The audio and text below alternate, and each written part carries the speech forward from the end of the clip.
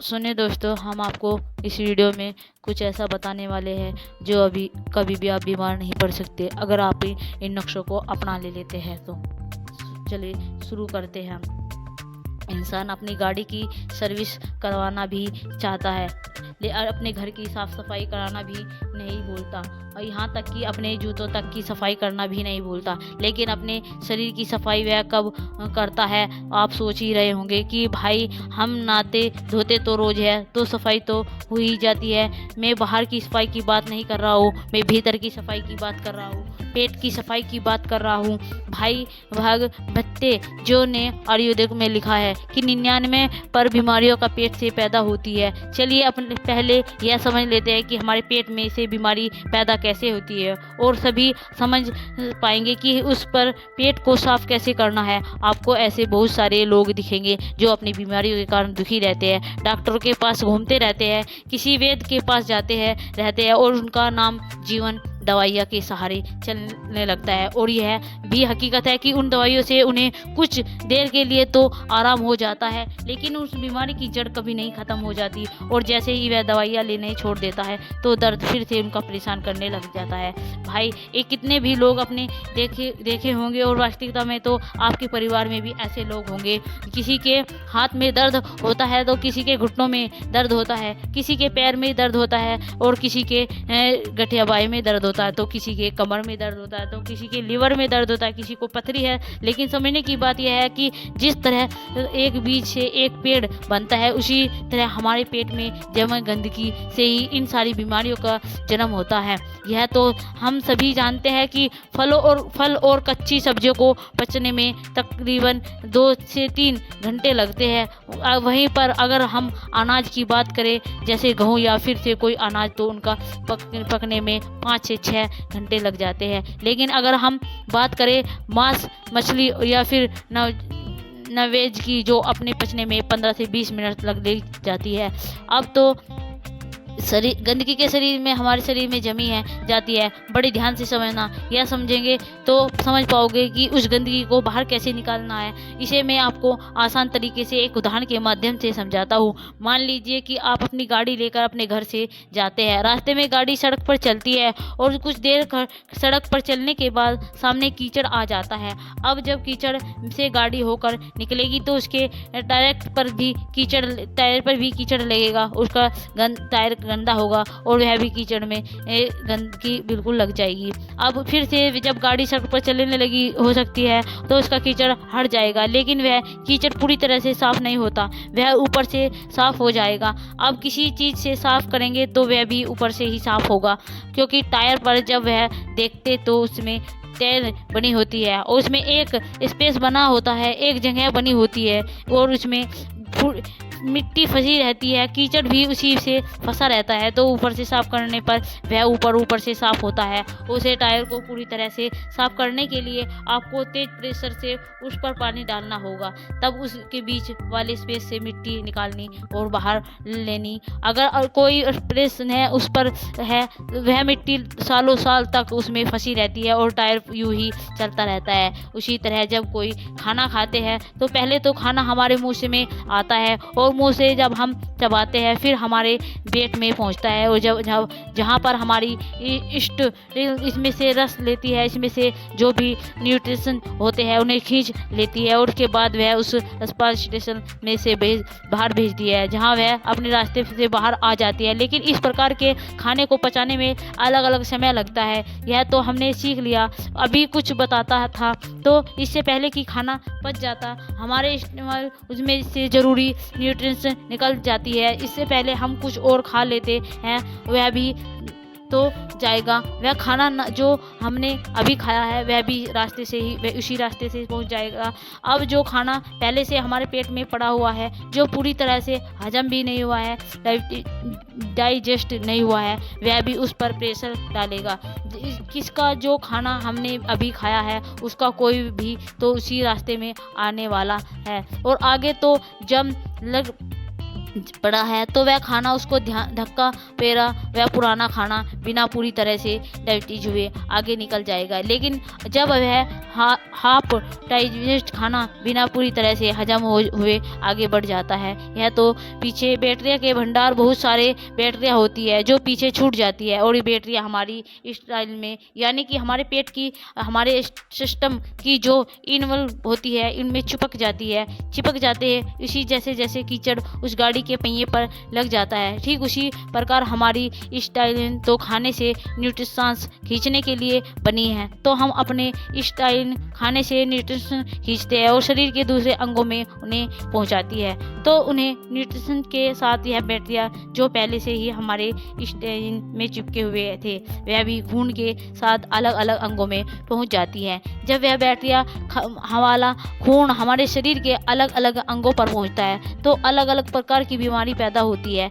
जैसे यह लीवर में पहुंचेगा तो वहाँ पर पथरी बनेगी, चांस और रहेगा दिल के पास पहुंचेगा तो दिल का दौरा पड़ने का चांस रहेगा, और जब यह मस्तिष्क में पहुंचेगा तो यह दिमाग की बीमारियां पैदा कर रहा होगा। इस प्रकार जहाँ भी पहुंचेगा जोड़ में पहुंचेगा तो जोड़ों का दर्द पैदा करेगा। इसीलिए समय समय पर हमें अपने पेट की सफाई करते रहना चाहिए ताकि हमारे स्टूल में वह बैक्टीरिया जमा न हो पाए। चलिए मैं आपसे पूछता हूँ कि घर की सफाई करने के लिए सबसे पहला स्टेप क्या होता है। कॉमन सेंस की बात है कि अगर हमने अपने कमरे की सफाई करनी है तो हमें कमरे को खाली करना होगा, और फर्श साफ करनी है तो फर्नीचर को साफ कर निकालना होगा। उसी तरह से हम भी अपने पेट की सफाई करने के लिए ऐसे ही शुरुआत करनी चाहिए। अगर हमें अपनी पूरी बॉडी को डिस्पेंस करना चाहते हैं तो उससे पहले तो हमें अपने पेट को साफ करना होगा जहाँ से हमें सारी बॉडी में बैक्टीरिया सप्लाई हो रही है। तो इससे सबसे अच्छा सबसे पहला और आसान तरीका यह है व्रत करना, फास्टिंग करना चालू करिए। फास्ट करने से हमारा पेट खाली होगा, और जब हमारा पेट खाली होगा तभी तो हम उसकी सफाई कर पाएंगे। अब देखिए फास्टिंग करना कुछ लोगों को बहुत डिफिकल्ट लगता है, कुछ बहुत कठिन भी होता है। जो लोग फास्ट कर लेते हैं वह फास्ट कर हफ्ते में किसी दिन कर ले या महीने में कर ले, और फास्ट कर ले तो पानी जूस या फिर कोई फल इत्यादि ही खाए, क्योंकि तभी तो फास्टिंग होगा। और जिन लोगों को यह कठिन लगता है कि वह भूख नहीं रह सकते, फलों से उनका पेट नहीं भरता है, तो ऐसे लोग हल्का खाना खा सकते हैं, जैसे खिचड़ी खा लीजिए आप। इसी तरह से कोई व्रत करते हैं जो जहरी भी सी बात है, आपका पेट तो खाली ही रहेगा। और जब आपकी बॉडी को विटामिन या फिर जैसी होगी तो वह आपकी स्टाइल के पास इंफॉर्मेशन भेजेगा कि कोई आगे न्यूट्रिशन की ज़रूरत सप्लाई चलिए हमें जल्दी से दो, और स्टाइल के पास तो है कुछ वह देगा क्या। जो बैक्टीरिया स्टाइल पर पहले से चिपक होते हैं उन्हें खून को लेकर उन अंगों से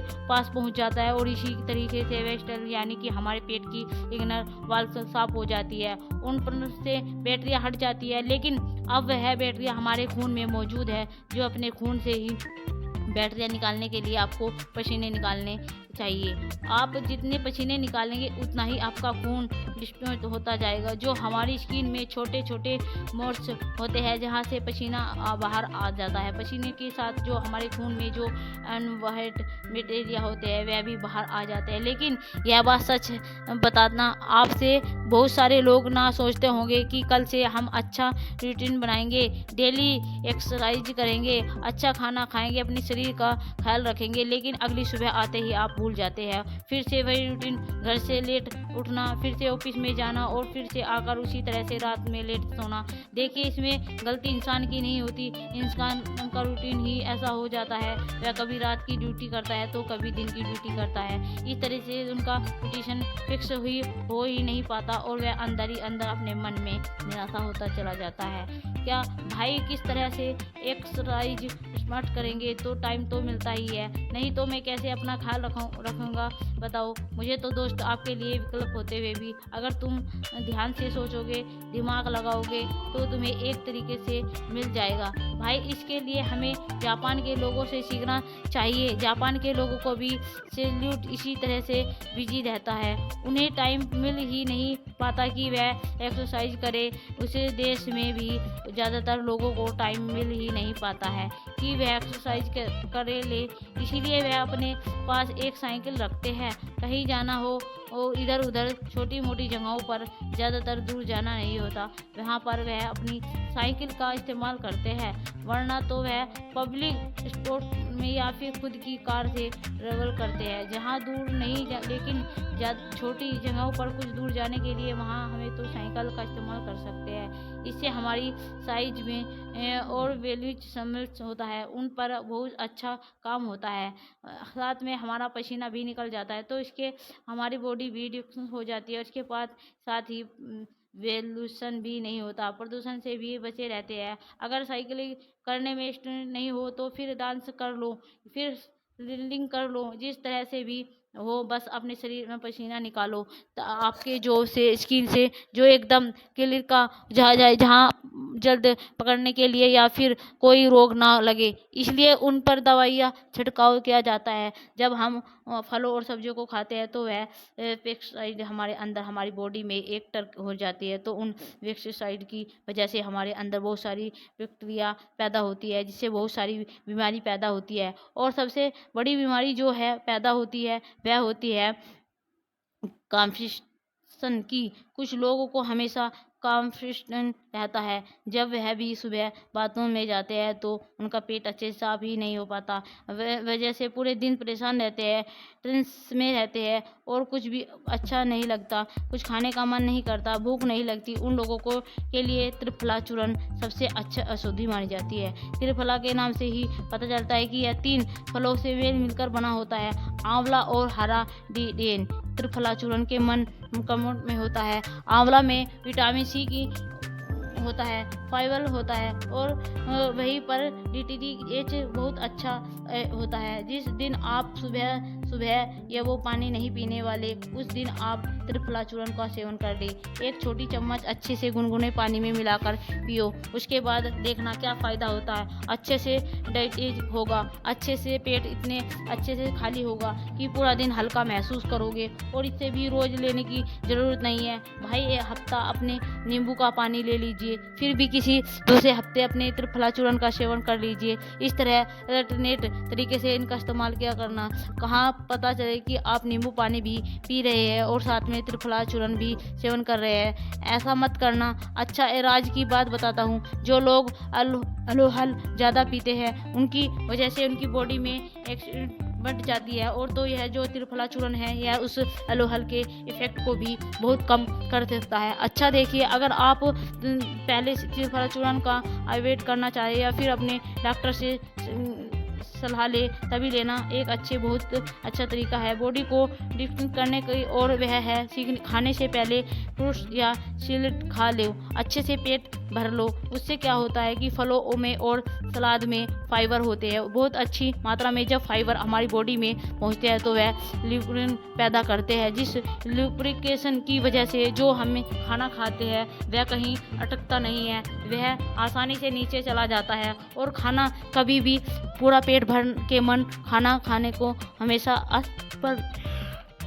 20% जगह के पेट में खाली रहना चाहिए। यह सारे तरीके आपकी बॉडी की पूरी तरह से दुरुस्त कर देंगे। इसमें से कुछ तरीके थोड़े आसान हैं तो कुछ तरीके थोड़े कठिन हैं। आप अपनी सुविधा के अनुसार कोई भी तरीका अपना सकते हैं, लेकिन यह सारे तरीके बॉडी को डिफ्यूज करने के लिए है। बॉडी को डिफ्यूज करने के लिए कुछ अलग तरीके होते हैं। अगर इस वीडियो में हमें डिफ्यूज करेंगे तो यह वीडियो बहुत लंबी हो जाएगी, लेकिन आप यह जान लीजिए कि जितना ज़रूरी बॉडी को खाली करना है, उससे कई ज़्यादा ज़रूरी माइंड को डिफेक्ट करना होता है, क्योंकि हमारे माइंड में बहुत सारा स्ट्रेस है और एजेंसी और बहुत सारी डर है, फिर ईर्ष्या जलन से देश है। ये पता नहीं किस किस तरह से इमोशंस हमारे दिमाग के अंदर भरे पड़े हैं, जो कभी खाली नहीं होते, जो वहीं पर अटके रहते जाते हैं और हमेशा परेशान करते रहते हैं, नई नई बीमारियों को पैदा करते रहते हैं। उससे मानसिक बीमारी बहुत दिक्कत सारी पैदा होती है। डिप्रेशन हो जाता है, हमेशा दुखी रहना, खोया खोया रहना, समाज में कटकर रहना, किसी से मिलना जुलना नहीं, कम हो जाना, अपने एक्शन दूसरों के लिए एक्सप्रेस ना करना, यह हमारी सारी प्रॉब्लम है। क्या आपको पता है, अगर हम अपनी बॉडी को साफ करना चाहते हैं तो एक चूरन और है पेट सफा चूरन, अगर आप उसको लेंगे तो आपका पेट बहुत जल्दी आराम मिलेगा। ये 2 चूरन है जो आपके गैस से बहुत दूर रखेंगे और आपकी पेट की बीमारी को ख़त्म कर देंगे। और पेट की बीमारी ख़त्म तो समझो सब बीमारियां ख़त्म हो चुकी है, एकदम आप स्वस्थ हो जाएंगे। और अच्छे से अपना ख्याल रखिए दोस्तों। और हाँ, एक बात और ज़रूर, प्लीज़ चैनल को लाइक और सब्सक्राइब कर दीजिए और कमेंट में बताइए 5 और 2 कितने होते हैं। प्लीज़ दोस्तों, थैंक यू, धन्यवाद, बाय बाय दोस्तों।